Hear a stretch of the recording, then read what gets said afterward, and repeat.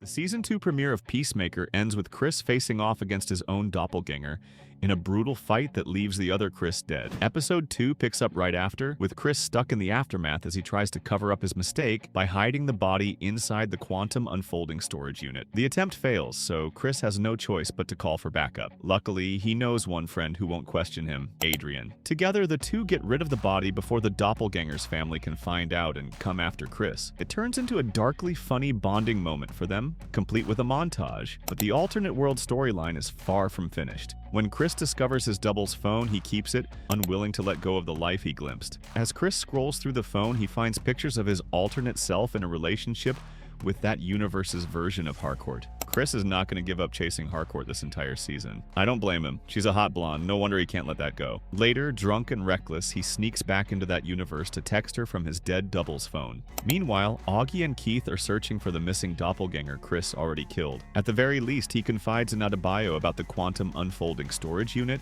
and how it connects to 99 different universes. She urges him to come clean to Argus and protect himself, but he ignores her. Worse, he keeps using the portal, making the situation even more dangerous. Despite his growth since we first met him, Chris is clearly in a bad place. His obsession with the alternate world underlines that, and it hints at more mistakes waiting down the line. Meanwhile, Economos remains stuck at Argus, where he observes Chris and things only get worse when he's forced to deal with a new coworker, Fleury, whose non-stop chatter and offhanded insults make him miserable. Each character is hitting rock bottom, and the season gives them individual arcs to work through. Still, Episode 2 does take a lighter turn when the group reunites for a party celebrating Economos' return home. The scene brings back the playful dynamic fans loved in Season 1 as they drink, dance, and laugh together. Adebayo and Economos even find time to talk about the early sparks between Chris and Harcourt, but that doesn't last long. Chris ends up arguing with Harcourt, confronting her about her habit of picking fights. The argument doesn't push the plot forward, but